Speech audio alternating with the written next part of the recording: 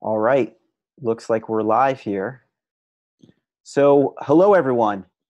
It's the Gossip Guy, your trusted source for news and developments from the world powered by Hashgraph. And I'm also joined here today with, how about you introduce yourself?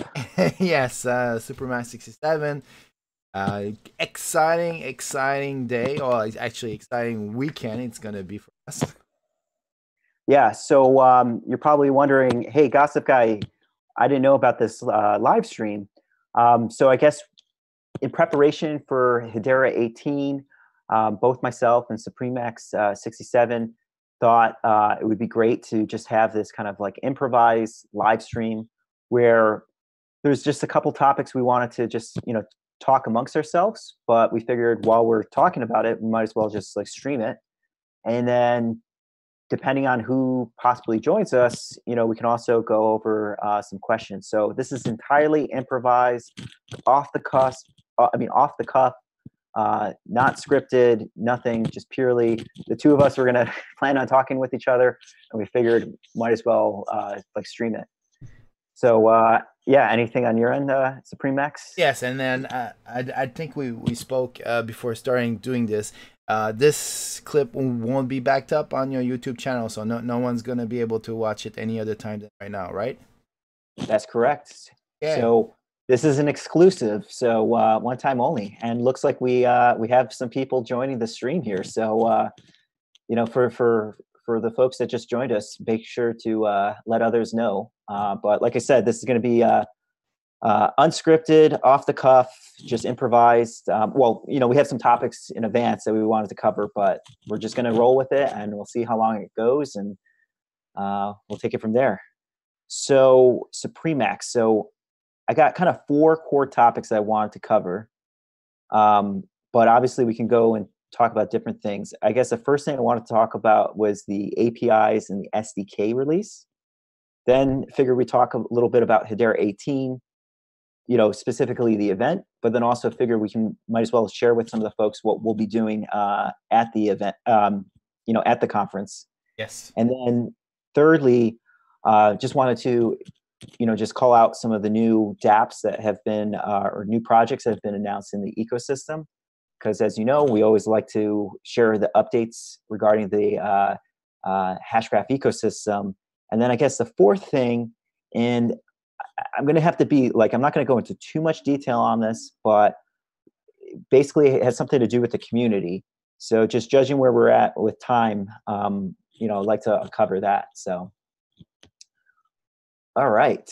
So We haven't even started. There's already a question. yeah, we have Jürgen Fink from looks like from Berlin, Germany. So thanks for joining us. Uh, we're obviously glad to have you, and also glad to have some Europe representation. I know it's pretty late over there. All right, so Supremax APIs and the SDK release. So clearly, if in case anyone didn't notice it, this past week, the Hedera Hashgraph team released the public SDK, or the Hedera public SDK. So that is live and now out on GitHub. So if you want to access it, what you do is you go to the Hedera Hashgraph website, and then if you scroll down to the bottom page, there's a portion for developers, and you click on that. That takes you to the Hashgraph kind of repository on GitHub, where you can go and download the Hedera SDK. So just as a refresher, up until this point, what's been out there has been the Swirlds Hashgraph SDK. So this is the one that Swirlds had originally developed. And then now they've released the Hedera SDK, which will basically be the developer toolkit, and includes like the access to the public APIs that will be needed in order to build on top of the Hedera Hashgraph public ledger. So this was obviously some very, very exciting news, because I know a lot of the folks in the community, especially the developers, have been wanting to get their hands on this.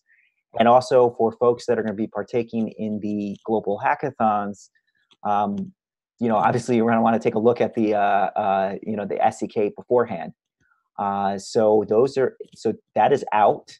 And I don't know, Supremax, like I know you've been pretty active on the Hashgraph Discord channels. Like, I guess, what's your kind of impressions on it, and also what have you kind of seen as far as like some of the folks in the developer community commenting on it? Well, most still the general question had a couple weeks. I think, and this is coming from a non-developer perspective, so feel free to correct me in the in the chat room if you guys say I went the wrong way. But yeah, so when they had a chance to look up at the SDK at the GitHub, and they look at the code, everyone in general were pretty excited. They had some issues, but it wasn't about how they made the SDK. It was more about to understand it. No one really bumped into flaws, maybe some suggested features, and apparently there might be some ongoing that I think maybe Dallas, everyone they'll brainstorm some added features again. So I'm expecting that SDK to somewhat definitely. I think feel free to actually per se, but if you're trying to understand how the SDK works, then I recommend instead the Hedera Discord channel, because they've been really good to address any concerns.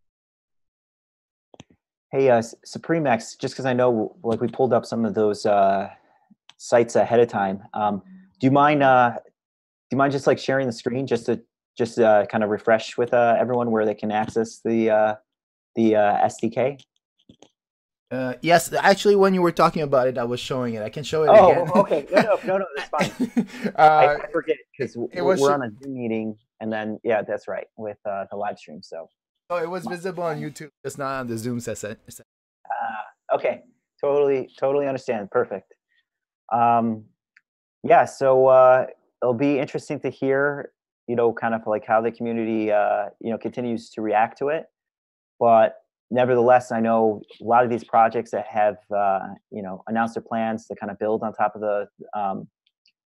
the platform. Now they're going to get their hands on it. Now they can start, building their dApps on Hedera, and just this is like really great news.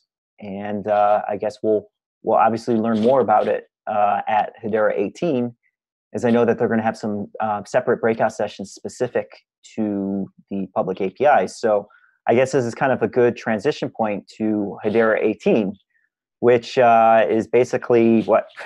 So the actual event is on October 17th, but the hackathons take place on the 15th. And then I know Supremax, yourself and myself, we're both heading down to Dallas tomorrow night. So yeah, like basically tomorrow. So Hedera 18 is right here on our doorstep. So yeah, I guess like where should we start in respect to the conference? Well, I heard a little mouse told me, I'm not gonna name that mouse, but a little mouse told me that you're gonna be really busy on today. Yeah. So Monday is going to be one hell of a jam-packed day for the Gossip Guy, or I should say Team Gossip Guy, because because there's going to be so much interviews and content. Just so everyone's aware, so obviously Supremax and I have been kind of collaborating for a lot of this content for like the past couple months. But then we also have another person that will be joining us. He's probably asleep right now, but Arvidras, one of the ambassadors from Lithuania, is also going to be joining us, and going to be part of Team Gossip Guy. But with all that being said, Monday is quite the jam-packed day. I originally reached out to the Hedera team saying, "Hey, can I maybe get like a couple interviews?" And then they proceeded to be like, "Oh, let's book your entire day with interviews." So I literally have so I have to so it's on my calendar right now on East Coast time, so I have to convert it to Central time. So from 11 a.m. to 6 p.m. is literally back to back to back meeting. So we're going to be meeting first with Christian, the CMO, and then we have Dr. Baird, Mance, and we're going to meet with Simi from the developer advocacy team. Then we have Nash from the engineering team, Jordan Freed, business development, Ken Anderson, developer advocacy, Patrick Harding from the head of product. Then we also are going to be meeting with 2 projects that are also going to be there. And then lastly, we'll end the day with a conversation with Paul Matson and Tom Trowbridge, which I also think is kind of fitting because we end the day with kind of 2 good friends of the channel. Because as you guys know, Paul Matson, we've done some content with him before in the past, and then obviously Tom Trowbridge, who's generously sat down with me on a bunch of occasions to do some interviews, and then so I'm really I'm excited, but also a little bit nervous that's just like, wow, that is a really jam-packed day. We're going to be filming. I mean, I think it's pretty obvious right now. I'm not a professional when it comes to these videos, so I'm a little nervous too that like something's going to go wrong. So you'll be fine. These are very cool people. Yeah. And you won't be alone. So that's the thing. It's like it's well, not. Thank you. Even if I was overburdened, then yes, Arvi Das even volunteered. I was actually surprised at that. That's from an ambassador point of view. I thought he would more like socialize, interact with people. But it's great that he also sees the value in your channel, and he's just going to be a helping hand in all of this. So you're going to have 2 assistants. That's crazy. And then also, the nice thing is it's really good that it worked out to be Monday as opposed to any of the other days, because obviously Monday, the hackathons start, but that's going to just be more of the teams, developing on their own. So this will be kind of just Monday will be a nice kind of quiet day as far as the conference overall.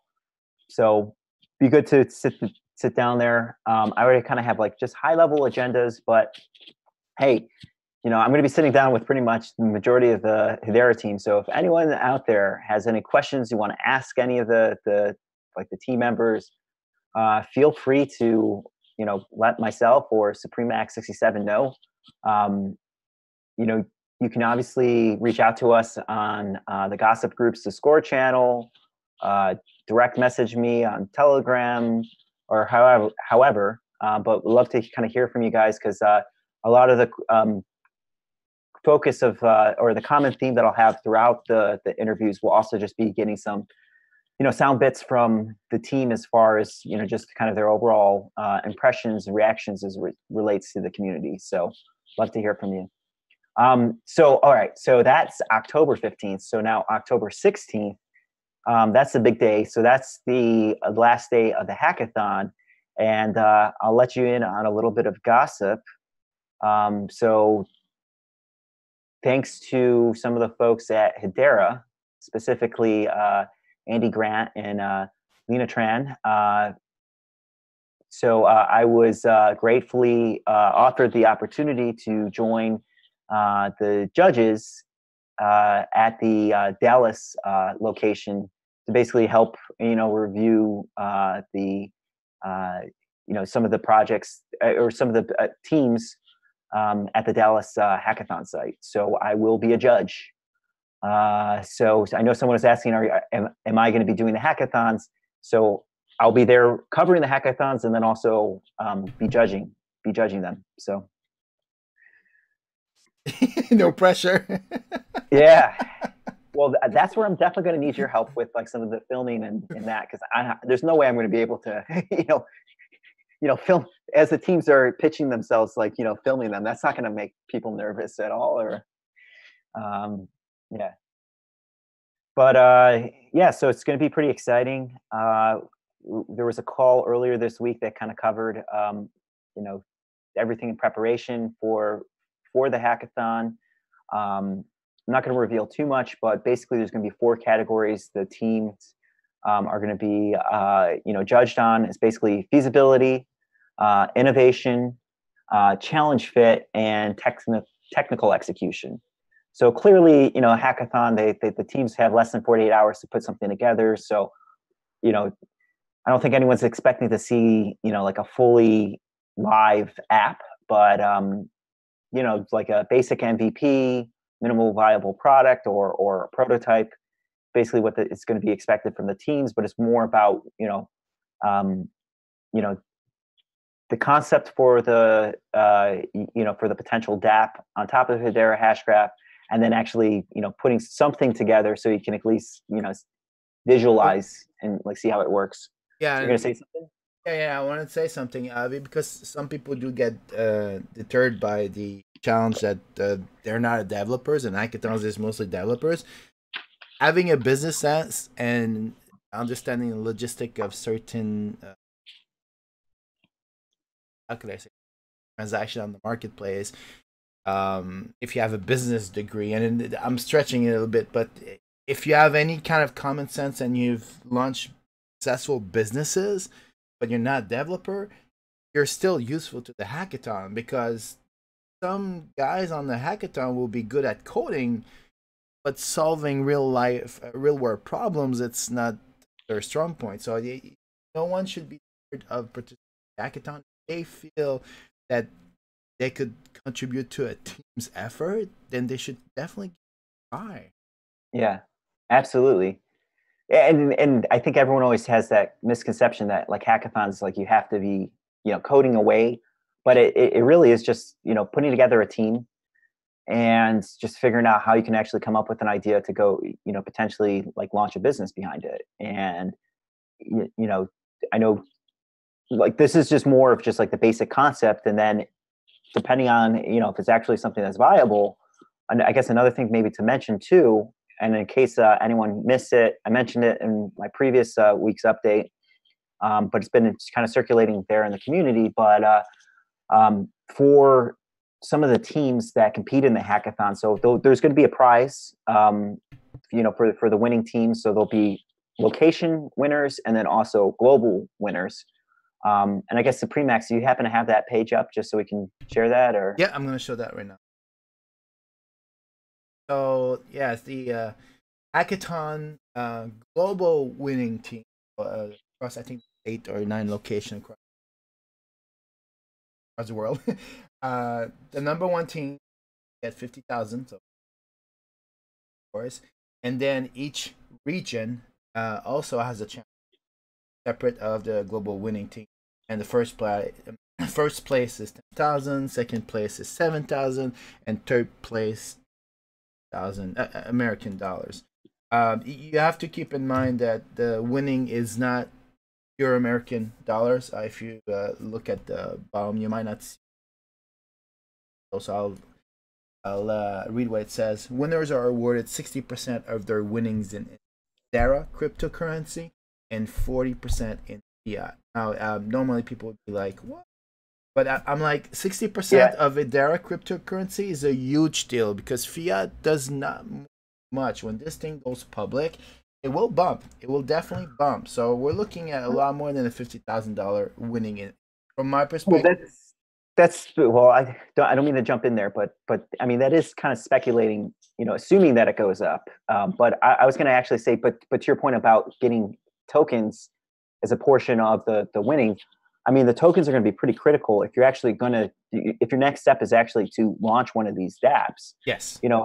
As a developer, and you're going to be running the application, you're going to need to have tokens to do that. And so to your point, it's good that they're receiving the tokens, and then there could, when the stuff goes more publicly, it's distributed.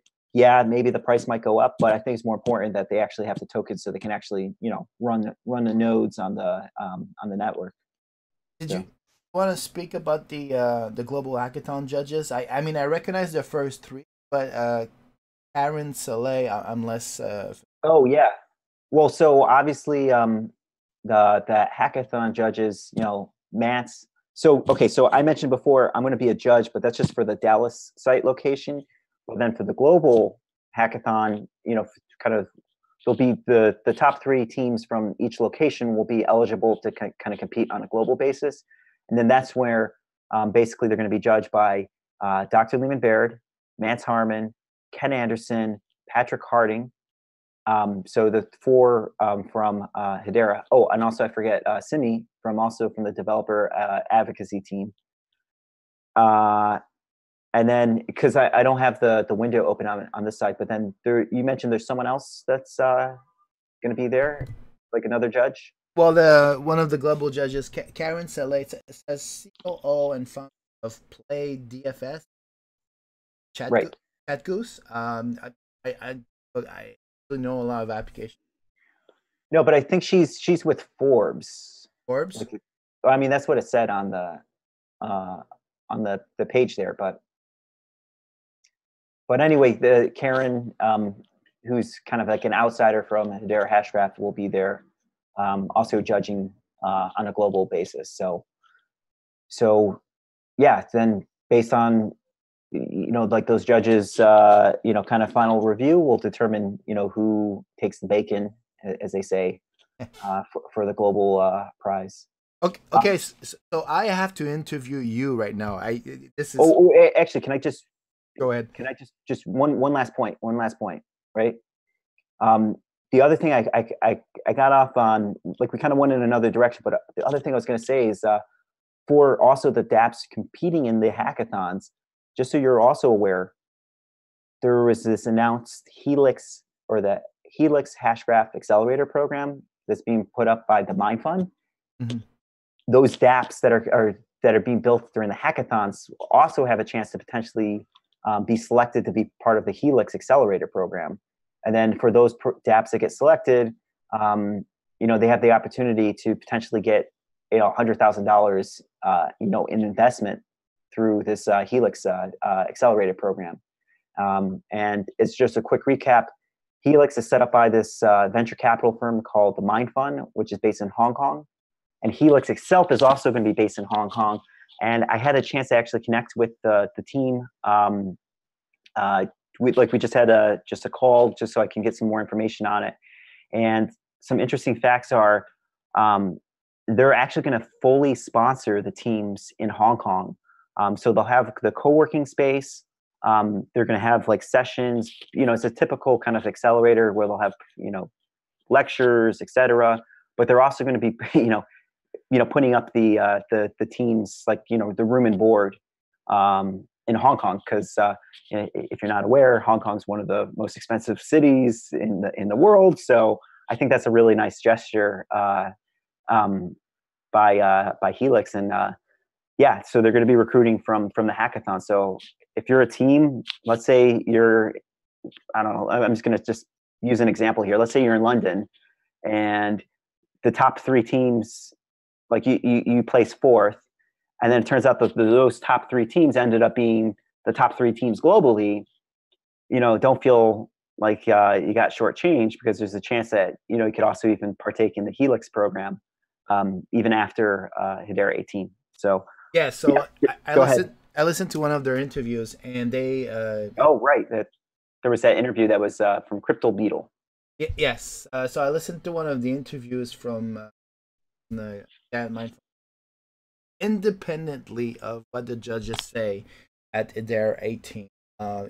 Think of it as a second chance, basically, get funded. It's basically, I would see it more as a second chance to get funded. So you don't necessarily have to impress Hedera, the Hedera team, but build to your strength. Definitely build to their strength, and of course, the judging criteria. Yep. The one that for me is most important out of all 4, and probably why they put it first, is technical. As a team effectively utilize the available technologies. That means mostly the strength of the platform is file storage is an option. I don't think it's necessary to win the competition to use the file storage system, but the microtransactions. Yeah. If you build an app that utilizes the microtransactions, and that I'm sure would win big points with the judges. Yep. Yeah, that's definitely they keep on talking about the micro payments. So yeah, it looks like anyone that's going to be implementing that will score some brownie points. So hey, Supremax, I'm sorry, I just wanted to slip in that piece about the about Helix, but you were mentioning, like you were saying something before beforehand. You know what? I might have lost train of thought. It might come back, or Or you said you were going to interview interview the gossip guy. Oh yes, I was gonna. Well, okay, I'll do it. Okay. Okay, so here's this. As a judge, as Yep. a Dallas judge, how would you vision feasibility? It says, is the solution actual possible, or just a nice in theory? And how would you visualize that area? Ooh, that's a really good one.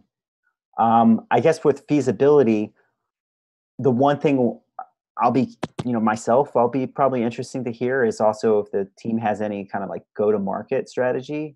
Like, how do you plan on getting like, user acquisition? Because that will give some insights into when we talk about feasibility, how likely will users be able to start using the DApp? That's just kind of one thing I was thinking about. And then, from feasibility, I guess it really just kind of makes sense if, uh, going to look at like, one thing you have to consider is also the costs that's going to take, the cost of actually running the DApp. And not so much about, the time that's going to be spent building it, but also when you're going to be running on the public ledger, every time you're going to be doing a transaction, that's going to be requiring HBARs. And then those HBARs, you're going to be charged a network fee. So if it's one of these things that's going to be using a lot of, if it's going to be processing a lot of transactions, but then there's going to be no way to really recover like the transaction fee that you're paying for the network. And it's not like also like a strategy on like how to, basically collect, transactions either from the users or et cetera. That's, in my mind, it won't be necessarily feasible because you're going to go bankrupt running the DApp. So that's just two things off the top of my head, but clearly, I'm going to also probably, during the judging sessions, probably collaborate with the other judges to kind of get their thoughts on how they wanted to approach feasibility. Right. So you could almost say consensus input. Yes. Throwing in the DLT references. I have to. But I guess. Oh no, go ahead. Oh, yes. I was just wanted to, after you're done, show the schedule that it's going to be on Monday, and add any on that. Oh, like on Monday or one? Not our schedule, but the schedule over there. Oh yeah. So as far as I'm aware, the Monday schedule is just basically like the hackathon. So the teams come in, register, and then they get a briefing, and then they're just like off to the races to start building out their dApps. But to be honest with you, I'm not thinking too much about that. I just know we're going to have quite the the busy day there. Yeah, yeah. The okay, so I'll speak a bit about it. The registration is 8 to 9 a.m., but I think everyone received an email from Hedera. Anyone who's going, you saw that email coming in. Yeah, there was I guess on that note too, make sure to check out your emails because like it seems like on a daily basis they've been sending out emails surrounding the event. So I won't be able to show my email here. It's a little bit personal there. Yeah, but just everyone should just go check their emails. So I'll just read what it says. Hi, person you know the name of. We're excited to welcome you to the first Hedera 18 conference and global hackathon. Carefully read the information below to better understand. day. The venue, which is a by now Hilton Dallas, rest and way. If you're planning on driving to Hedera 18, you'll need to pay for parking at the Hilton Anatoly Dallas Hotel. Rates are as follow. Self-parking for 0 to 4 hours is $15. 4 to 8 hours is $20, and 8 hours is $2. Valet parking is daily, $5, and the registration times for the hackathon, and this is pretty important if you're the hackathon day on Monday, the registration is between 7 a.m. to 6 p.m., but the event starts 8 a.m. 8 to 9 a.m. is registration plus breakfast. I would highly recommend that you guys show at 7 a.m. on the dot. There's going to be a lineup for certain. And then if you don't have a team, then you're going to need to at least have 30 minutes aside to find a team you want to work with. Let me see. Start times and agenda. Conference doors open and morning breakfast will be available starting at 7 a.m. Central Time. Keynotes with Hedera Hashgraph co-founders, SVO product, and guest speakers from Thomson Reuters will begin at 8:30 a.m. And I believe I'm saying that correctly. And then they provide the link of the agenda, which no, actually, really complete website, and I think you can share that one. Yeah. Copy that link. Oh, yeah, and you'll need an access card, I believe, right? UH-bar mainnet card. Yeah, there's I think they're going to be providing you with an access.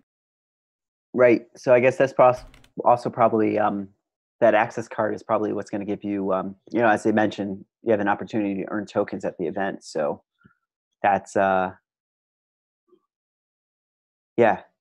So the link that they're sharing is redirecting to guys Hedera 18, and it's basically the agenda. I'll be honest with you guys. The agenda is nice, but it's a sum up. If you're gonna participate in the hackathon, you actually click on the hackathon link, where it breaks it down step by step. And then there's the overnight hackathon. I don't know. I don't know if I'm going to be awake at 1 a.m. 1 a.m. to see a bunch of people stuffing down some Red Bulls to stay awake and keep going, right? Because you know, there's some developers that they can manage this working 36 hours straight code. Or there's also some YouTubers that can not get any sleep and will be editing videos all night long. Exactly. But yeah, I wanted to cover that a little bit in the email. So if you registered for Hedera 18 in any way, please make sure you check your emails. It didn't land on my spam box, but for some people, it may land on your spam box. That email was sent. Do you have the date? I'm looking for it. So the 15th and 16th is the hackathon. No, not the day of the hackathon, when they sent the email. I think it was like 2 days ago. Yeah. No. The actual hackathon, or like the event. I think the one that you just read off of, that came in yesterday. Yeah. So I have Friday, 12 p.m. Pacific time. That would be 3 p.m. Eastern time. So yesterday at 3 p.m. Eastern time. Please check your email. Don't want to get there and end up with a team. Last minute team. I'm not saying the losers team. Maybe I just said that. No, you do want to get prepared. So make sure you're up to date. Gossip Guy and I will definitely be there. You can recognize Gossip Guy for certain. So I think go ahead. Yeah, I didn't mean to cut you off, Supremax, or I didn't mean to jump in there, but because you don't know yet, but you'll know tomorrow. But there'll be something that will distinctively be able to, people will know, people will be able to know us at the event. So, Luxiling says, "Sweet, when it be on in the day and time zone." The hackathon starts at 11 Central Time. I got that right? Yep. So that's the time it starts. So there is a 30 minutes reserved for dApps. So here's an opportunity for people who are not developers to shine. That would be between. Oh wait, it says local. Oh, no, they mean they're local. Yeah, yeah. That was actually one thing I was also curious on, but then the light bulb went off. It was like, okay.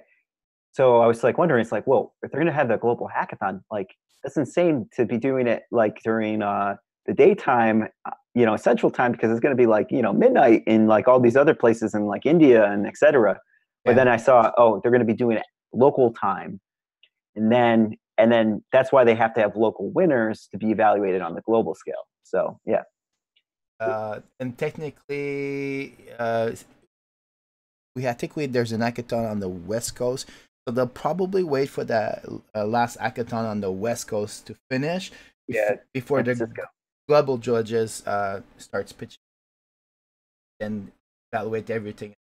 So Gossip Guy will be, I would see it as a pre-filter because he's judging for Dallas. He's going to be one of the judges for Dallas. Otherwise, that'd be too pressure. I think Gossip Guy, if he's the only judge there, it's just. I don't think I'm important enough to be on the global scale yet. But yes, once they've decided third, second, and first place in all the cities, then San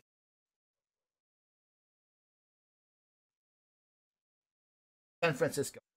So once San Francisco wraps up, because it's time for all then I can almost predict for a certainty that the global judges will start looking at everything. I'm sure they're gonna start looking as soon as they see certain submission, but they won't be certain which direction the number one winner is gonna go to. So San Francisco does it, and they're on Pacific time. And when does the local winners are announced at 6:30 p.m. on Tuesday, but Pacific time. So starting at 6:30 p.m. Pacific time, when the global judges. Right. I think I'm guessing that's right. It's not mentioned there, but using logic here, I mean, what's gonna? Yep. But hey, something that just popped into my head, and like I'm not like I don't want to encourage anyone to do it, but just one thought that came into my head was like, okay, so they're going to be running the global hackathon in the different regions, right? So, there'll be Singapore, then there'll be Bangalore, and then it'll just kind of move across the world. What I was just thinking is that we're going to know. Well, okay, I guess like you'd have to have like a day's like lead, because the thought came into my head is like, couldn't you just wait to hear about the winners from like Singapore, and then based on whoever the winner was, like just that would give you at least a template for, okay, who do we have to beat? Like what kind of idea do we have to like match up against, or like or if you had the similar idea, basically scrap it, so then this way you can like create something more unique. But then again, you need still the like an extra day. Well, you need 2 days to kind of prep for this stuff. So I don't think people be able to take full, wouldn't be able to take advantage of that. So yes, and then the first city, geography is not my strong point. Don't judge me, guys. I think Singapore would be first one, right? Yep. So Singapore, they'll submit their first place. Obviously, the first place is the contender for the global winning, but they won't have the other ones already submitted. So even if Singapore is already done and they already elected the winner, global judges can't do anything until a little bit more comes in. So yeah, I'm thinking they'll probably just browse at all the winners. Yeah. San Francisco makes it official, and then from there they'll be hard at work and figuring out really who deserves that 50,000, 40% fiat, percent crypto. Yep. When I say crypto, I shouldn't call it crypto. More of a utility. Yep. So should be exciting. So I guess Supreme Max, anything else on Hedera 18? You think we should cover before we move on to the next one, or? No, you can go ahead. We'll bump into people over there if they want. Yeah.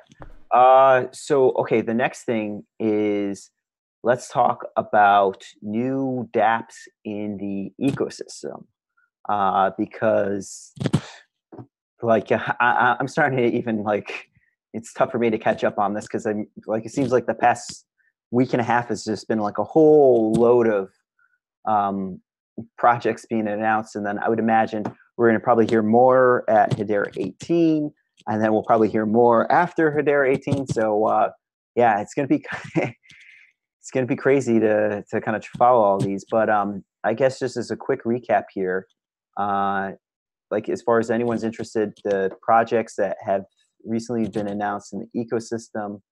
So there is this. Oh, hold on a second. I'm pulling something up because Sergey, our good friend, the ambassador from Moscow, did a nice little kind of like recap of the teams here.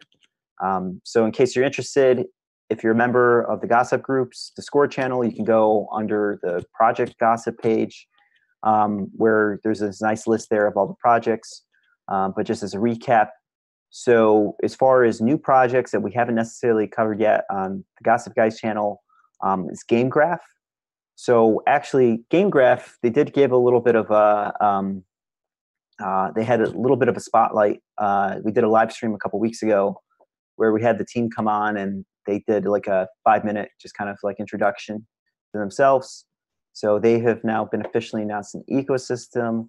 Then there's this also Cyber Automation Science, which has been announced in the ecosystem. Then there's also Digital Asset Ventures. And then there's another project called Local Port, which is kind of like a local, like a local secure messaging platform. And actually, I think this is the project that, like Tony, one of kind of an active guy in the gossip groups, and then also active on, Tony Camaro. He's been active both gossip groups and also Hashgraph developer Discord channel. Basically their project has been announced, or like at least a partnership with Hedera. And then lastly, there's this other well, not so sure if it's a project or if it's something more, but it's called 3E0 3IE, or hold me honest here, Supreme Axis. Yeah, I know which one you're referring to. Let me share it on the stream at the same time. They have a reverse E, which I believe is a 3. Then they put some I don't know what those bars are called on the keyboard because they're actually above the. But oh right, yeah. So it's 3IEIO. Right, I brought up their website here.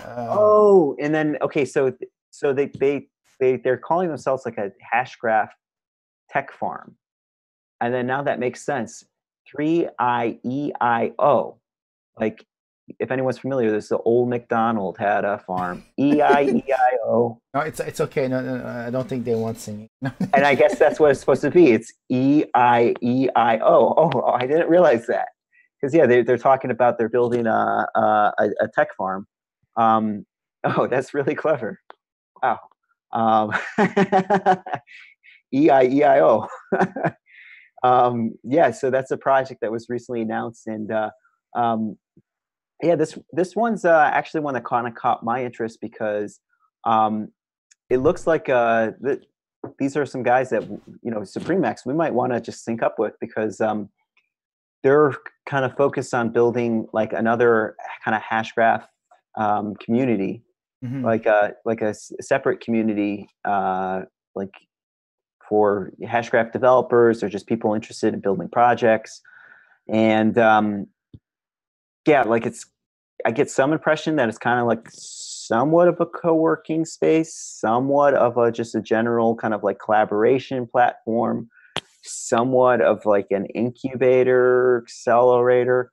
But yeah, I was just curious to maybe like learn more. And then I had reached out to the team. They mentioned that they're all going to be partaking in the hackathon in Dallas, because like also EIEIO is also a part of, like, I guess they're based in Dallas or based there in Texas. So it looks like the team's going to be there. So So yeah, I'm curious to learn more about this one, especially because they have such a really clever name.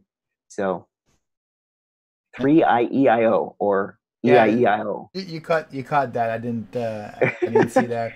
That's cute. Yeah. So yeah, so new projects join the ecosystem. Um, yeah, and then I know that there's going to be a lot of project teams there at the event. Specifically, it's going to be a lot of the a lot of the projects that have been previously announced, and then also sounds like there's going to be some new ones that haven't necessarily been fully announced. Um, just because a lot of times some of these projects, like they just want to keep a low profile. Um, but it sounds like there's going to be some folks there, and one in particular that I'm kind of like I'm interested in speaking with and learning more about is this Almond, which is like it looks like it's an like food supply or like some sort of like supply chain kind of tracking platform. But I have to admit, I haven't been able to get too much information on this project. I just know that they're one of the title sponsors for Hedera 18, and I have a chance to speak with the team on Monday, so we'll find out more. And then also the Hero .fm is going to be there at the event, who is that's also, I have to admit, another project I'm kind of excited about because they're doing streaming music on a DLT. And you're probably thinking, well, like we already have Spotify. What's the point? Or we haven't had, like, there's been plenty of other streaming DApps on DLTs, but they haven't worked. But that's partially because like some of these other platforms just have not been able to support massive amounts of transactions and be able to process things quickly enough, which Hedera is probably one platform that looks the most promising to be able to support that. So it'll be interesting. So and I got to say, the team, they're really great guys. They're two brothers. They've actually been working at this for a while. And just to let everyone know, because I have to admit, this is a fault of the Gossip Guy. So I did an interview with them back in September, and unfortunately, Gossip Guy has been extremely busy with some other things outside of doing these videos. So I've been really behind on putting that, but that's one interview I'm really excited to share. I just haven't been able to finish like the editing for it because like it was an unusual one because we filmed it outside. So there was a lot of shadows, and I had to do color correction, and it just took a really long time. And then also too, like I had both Andrew and Brian like speak for like, each of them spoke for like 30 minutes each. So then I had to layer him in. So it was a very complex edit, but hopefully I'll get this done soon so I can share it with everyone because, like I said, Hero.fm is a project that if you're not familiar with it, check it out. But I'm also personally excited about. So Yeah, from a music lover perspective, I use Google Play Music, but based off purely on a monthly subscription. I don't think Google will ever, at any point in time, any time soon, have micro fees for just listening. Look, if you go an entire month, you're paying for the subscription, but you're going an entire month not listening to this song. Feels a little bit weird paying for the subscription at that point. So we do need transaction cost per songs. How the community actually accepts paying per use is an entirely different matter. It's hard to know how the mentality is going to work moving forward. I remember a time. That's a good point. That's a really good point. I remember a time in the 90s. I'm old, guys. 80s and the 90s. Yeah, I was 80s and the 90s. I remember that monthly subscription is a thing, and then in the early 2000 free to play. Yep. I wouldn't call it free to play because there's no such thing as free, but free to play was was the new norm, and today it's all over the place. Unfortunately, you can't use something without being swarmed with advertisement. We either desensitize ourselves against that kind of marketing, or we end up buying without realizing why we're buying stuff, and we're not always buying smartly. We end up buying stuff that we should be buying. It's brainwashing. Well, advertisement. But the other thing that kind of sucks is like some of these streaming platforms, like the artists don't really like make anything off of it, because like so like let's say you stream a song, the basically like to license the music, the platform. So let's just take Spotify for example. Spotify has to pay a fee, and then they're usually paying it to some of these like licensing. I apologize. I forget the name, like the official name of that entity. But I know that it's like BMI or like there's these entities like ASCAP that Spotify has to pay those fees, and then they're supposed to collect it on behalf of the artist, and then they distribute it. But then the fees go they go first to the record label and then get paid out to the artist. So the artist is only getting like pennies, like nothing. It's kind of like doing ads on YouTube. Like, YouTube makes a lot of money, but the creators are not the ones that are getting that much from the ad revenue. But if we were able to have a platform where you could actually pay the artist directly for listening to the music, that's going to be pretty interesting, because like if you see the artists start to join these platforms, then the users are going to follow. And let's just say hypothetically, if Hero.fm were to get some major, performer, I don't know, let's just say Beyonce, right? And like Beyonce were to join Hero.fm, I'm sure you would start seeing people switching over to use Hero.fm to listen to that content.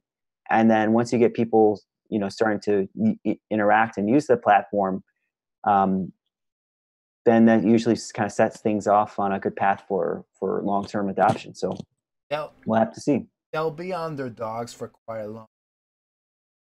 While you were actually talking about Evan Schindler out here, while you were talking about the references, I found the place where Andrew Entar talks about jam tokens. I figured I would play a bit the audience so they have an understanding of how much artists are getting ripped off in the entire process, if that's okay with you. Yeah, go for it. The birthplace of America, where it all started.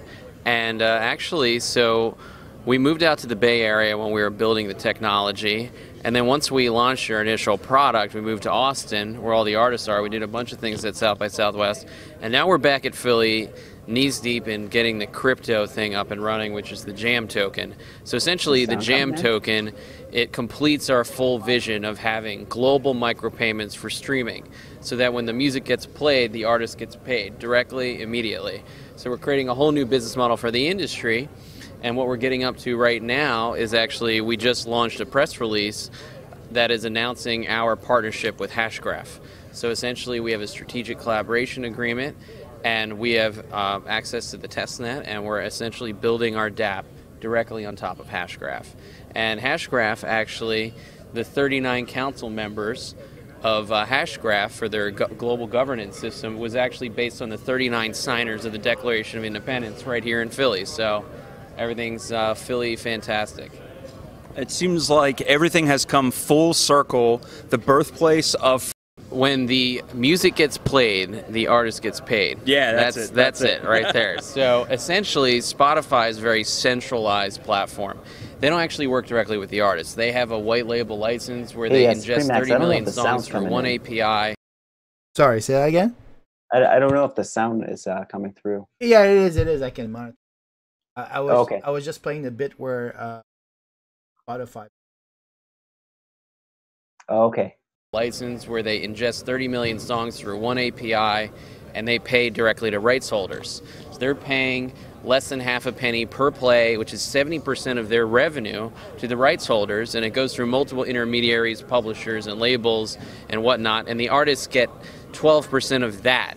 So 12% of what's already just half a penny, and then it takes them insult on injury over 2 years to get paid. So you need millions of streams to make $20 a month and get paid 2 years from now. Well, Okay, so he says you need millions of streams,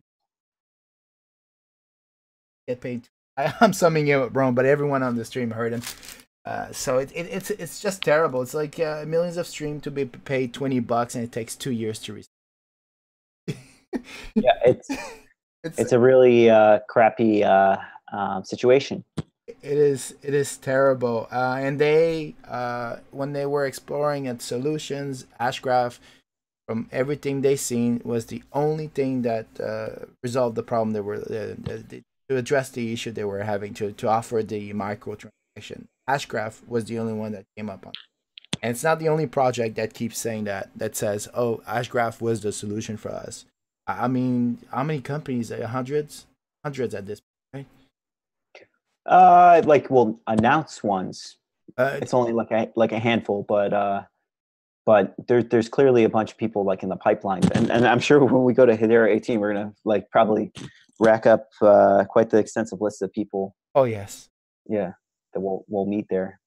So, all right. So Supremax, anything else on the DApp or the Hashgraph ecosystem you wanted to bring up or comment on, or? Actually, one tiny. Yeah, go for it. Put a lot of emphasis on this. I don't know if it's a media gimmick. Media gimmick is when you bring up a topic that touches people directly, so you can have more viewers. It might be a media gimmick, but then again, it might tell people that this platform encourages a lot of people to participate. And what I'm getting to is the sponsors that they've got. One of them is Girls in Tech. They made it clear about 2 months ago that they're trying to encourage women in the blockchain.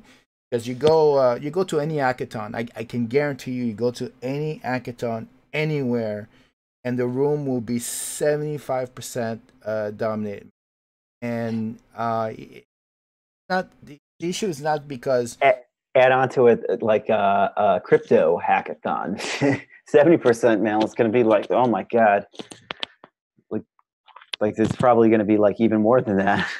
Right. So people are smart from both sides of the coin. That's what I'm saying here. Yeah. And from a woman's perspective, some of them, I'm not speaking for all of them, but they do feel intimate. Get to a room and it's just guys. Let's be fair. As a guy, going to a room, let's say it's a hackathon and it's just women, how would you feel? So they put a lot of emphasis. Partially a media gimmick. I for them to share information. But I think in the end is that we have a lot of women that can code. These women are deterred by the industry because there's too many men in that industry. Some women will just not step in it, even if they're qualified, or in some cases overqualified to participate. Yeah. And I know the demographics overall, like there tends to be kind of like less women in computer science and engineering. I know people will say that, that's why there's so many guys in the space. But like at the end of the day, like diversity, right? I don't mean to kind of go all PR here and everything, but I'm just going to say just from experience in the business world, like diversity, not just of like gender, ethnicity, cultural stuff. Just diversity as far as viewpoints is when you can start to get like some real innovation, real good thoughts. And I think placing emphasis on that is a good thing. And especially, I just have to say, like the crypto world. All right, I might lose some viewers here, but the crypto world is just so dominated by, like I say, like especially last year, it was dominated by the crypto bro culture. Which my mind, I think, is toxic. Obviously it's great to be around, other, have that kind of like fraternal, kind of like atmosphere. But at the same time too, it's just super, super toxic. all the fighting going on Twitter, just people trashing each other, all the gimmicks that go along with that. It's not going to help advance this technology from getting adopted and being used by the masses. And then when, people are looking outside inward to DLTs and they see all this stuff going on, it's just a complete turnoff. And especially I'll just comment as far as from enterprise usage. I have a little experience with enterprise DLT usage. And the first thing that's an automatic turn off is when you look at this stuff and you see these guys, and especially if you're trying to do, let's say your company, you're trying to do partnerships, you do a tendency to do you have a tendency to actually do due diligence on who those partners are. And some of it is also checking them out on social media. And a thing that will just immediately stop any discussion from happening if we see someone exhibiting characteristics that are not appropriate, behavior, like trashing people, whatnot. So the point is, it's good to have diversity of views, diversity of minds, and I think it helps to have kind of less of that kind of bro culture in this space. So I just want to I appreciate you, SupremeX, bringing that up, and that was just some thoughts from my end. Yeah, no. Right. Diversity is the key. It's as simple as that. Diversity, you can't move forward. It doesn't matter in what form that diversity. Yeah, exactly. Diversity of thoughts, diversity of different views. That's what counts. So, so we got baggages to get. We got stuff to pack, right? Yeah. Well, actually, before we drop off here, SupremeX, there's two things that had popped up. So I guess maybe just before we drop off this, maybe we can leave people with some gossip or some gossip for some things. There's just two things that had popped up on my end. I guess one thing also, so I just there was recently there was a conference in New York where Tom Trowbridge had presented on Hashgraph. And, I know the team has been obviously presenting in all these different locations, so maybe this is not new news to anyone. But one thing I happened to notice was that they did a typical Hedera talks about their transactions per second, and then also talks about the costs of the transactions per second. And one thing that I'm looking back on it now, and then it just really caught my eyes because I've been following these presentations for a while, was that allegedly in this presentation that Tom Trowbridge presented, the transaction fees that Hedera is predicting right now is, and I apologize, this is so many zeros, I can't even count, but I think it's 6 zeros, 6.2, so 0.0, so 0.000000062 cents per transaction on Hedera Hashgraph. So that's virtually free almost, where transaction costs are not even going to be even noticeable. And allegedly that's what the transaction costs are going to be on the network. And I remember there was a presentation not maybe a couple months ago where they were saying 0.0001, which is obviously very less, but I mean very low, but if it's really this low, holy snap, it's basically going to be free running transactions on the platform. When I explain this to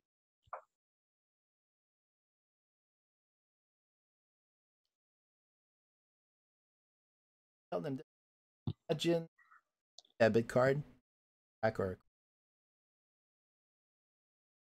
you imagine using your debit card and all the transaction you've been using your debit card in the next 10 years will be covered all under. That'd be nuts. That would be nuts. People would get that card in a flash. That card existed, they would let's say there's a cost for making the card, you pay the cost for making it to you. Say that's just it. And then transactional is 1 penny, all the transaction you'll ever do in the next 10 years. Yeah. That's insane. And then so going back to the transaction fees too, they're going to really be this low. Really the only true cost that you're going to have is just be the electricity costs of running, a GPU or, running a node to basically facilitate your transactions on the network. So, Well, yeah. I won't go in the actual math. I don't want to bore everyone in the stream. But just to give you a general idea, gaming computer, graphic card to be able to do verification. So a gaming computer would easily consume about anywhere from 600 to 800 watts. How you have it optimized. Don't include the monitors because you're running the node. You're not looking at the. That gives you your electricity costs if you do your calculation yourself. How much is your electricity where you live? Let's say it's 12 cents a kilowatt. Then divide that by 3,600 because looking at the cost for 1 second, and keep in mind that you could up to 1,000 transactions. That's a lot of division. So that 12 cents get divided several times, and that's where they're getting their cost. And a single shard is about 100 nodes or so. They didn't give us an exact number. Governance will be 39 nodes, but a single shard, 100 nodes, maybe less. So you multiply by 100, you still end up with micro. I'm not gonna do all the numbers for you, but I'm sure you have a general idea of what kind of cost you're looking at. Yeah, that's going to be a game changer. So we'll have to wait and see there. So I thought I would just share that because that was one thing that had someone was asking it on the live stream. I remember I had a picture on the there was a picture of Tom's presentation. Went back to it and I just like, holy snap, why didn't I pick up on this? So that was one piece of gossip to share. Another thing is I maybe mentioned it before, but just as a briefly, and I mean, it's expected with Hedera 18 coming up. Stay posted, but it looks like Hedera is going to be launching a separate website, like something that ends in .org that might be kind of tailored specifically to the community and basically be like a community portal for like all different, content, thought leadership type of stuff, ambassador information. But it looks like this is going to be launching very soon, right around like Hedera 18. So we'll be on the lookout for this. I have to ask you a question, a personal question on that matter.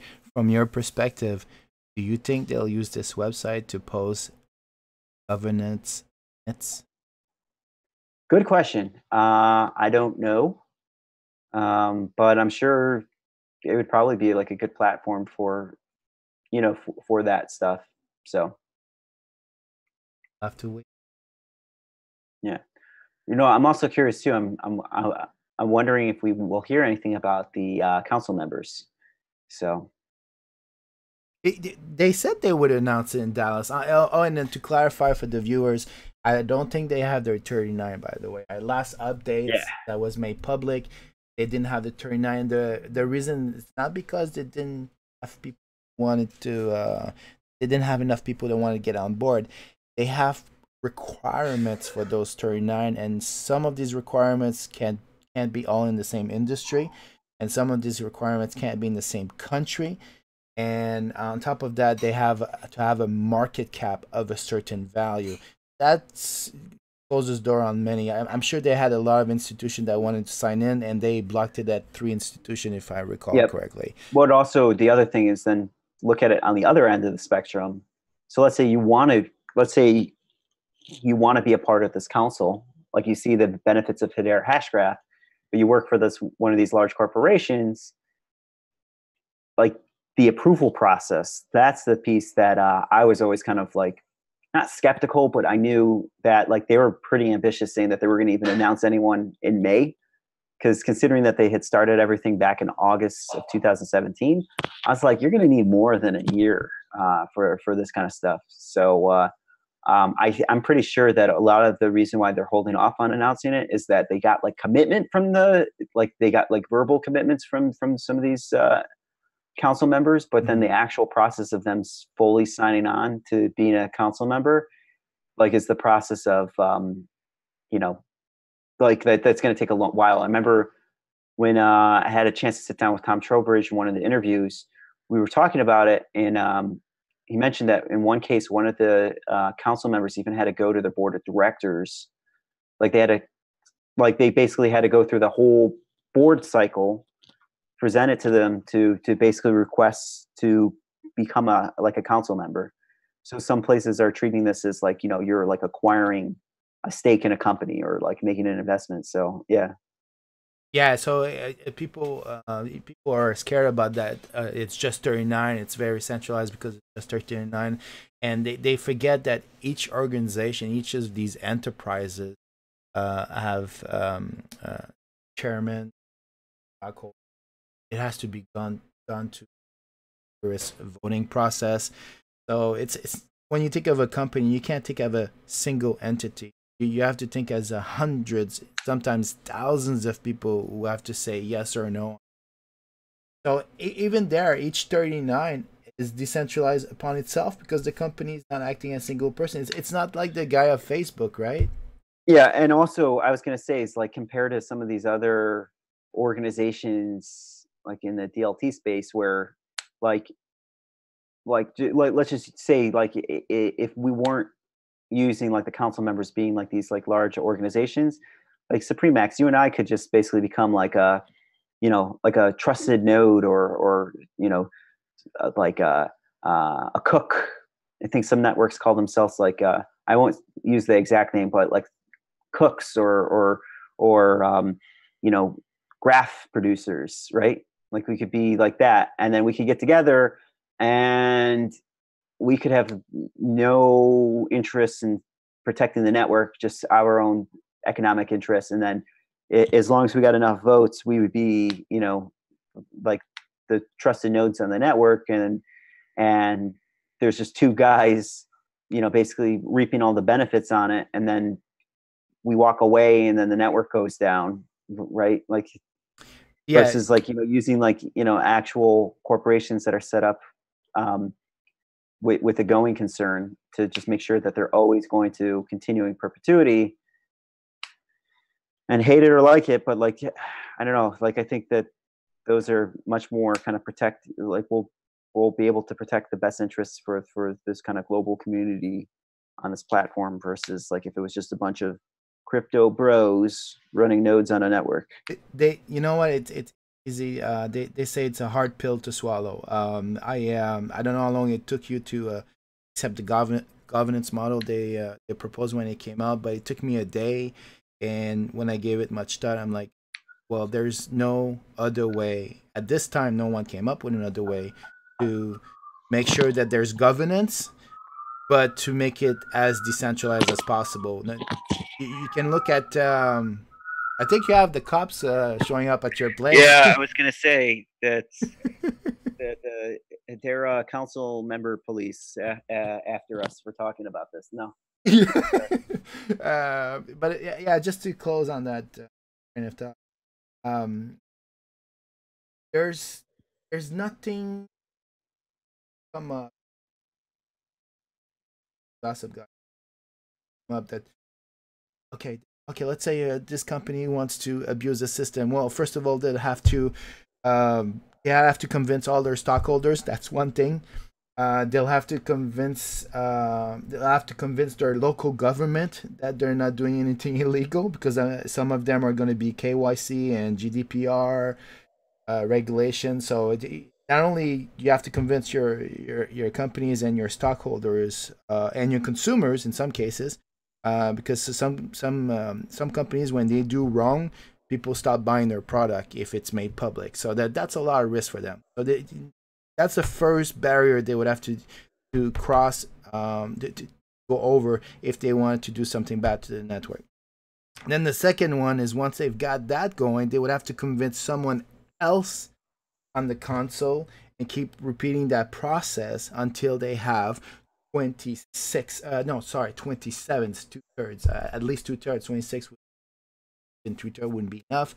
They'd have to keep going till they've convinced 27 to see it exactly their own way, and that is hard because they're in different industry, different country, and different governments, and to all of them to say, okay, yes, we're gonna exploit the system, get all of the crypto going on our way, the tokens going all the way, mass sell on the public network, and shut it down. And they have to do it. And then here's the other catch: they have to do this exploit within 6 years, because their terms is 6 years. And if one of the governance one of the government members get wind of someone trying to exploit the system, it could be voted out before the 3 years. So yes, I couldn't see any other ways for them to exploit. Too hard. I look at it from the camp of adoption, and I know some other folks in the community, it probably took them a while to, it's a little tough pill to swallow when they first found that out.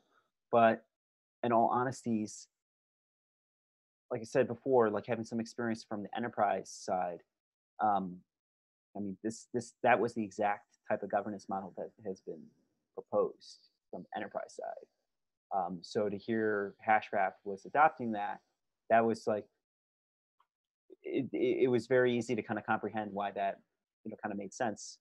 And then more importantly, like as saying on the adoption piece, you're going to have these trusted brands that are going to have their skin in the game to support the network.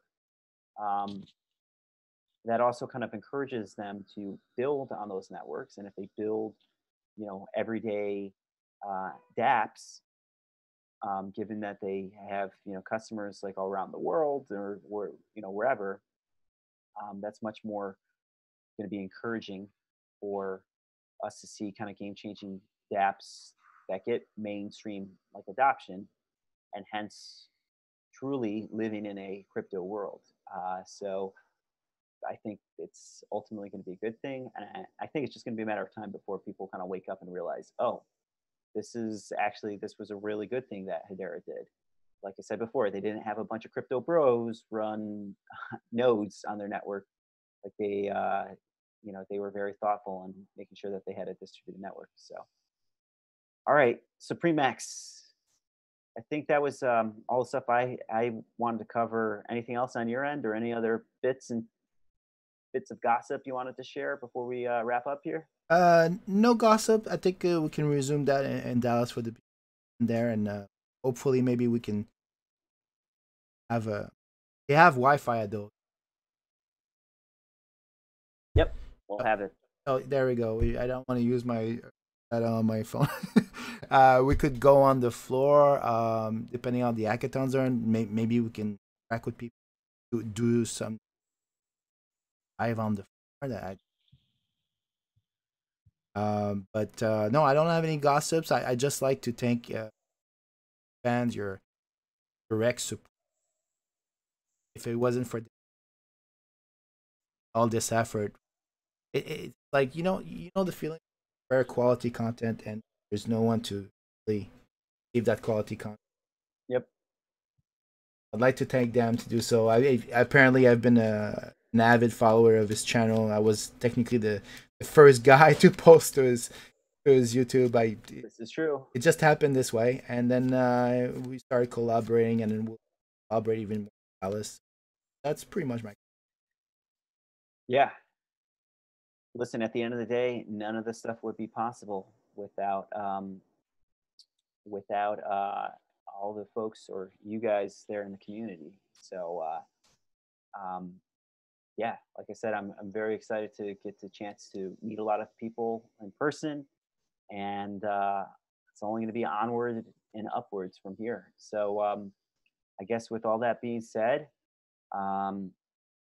if you haven't gotten a chance already, make sure to smash that like button, or if you are new to the Gossip Guys content, check out some of my other videos. And if you find it useful or helpful and informative, make sure to subscribe. And lastly, we also run this Discord server where it's just a kind of an unofficial Hashgraph chat. So feel free to join us there. If you want a link for it, I've left it down below. And yeah, I guess the next time you'll be hearing from us will be at Hedera 18. And we'll hopefully have some great content. So all that being said, thank you much for the folks that joined us. And we will talk to you soon. So This is the Gossip Guy and Supremax signing out. Thanks for watching.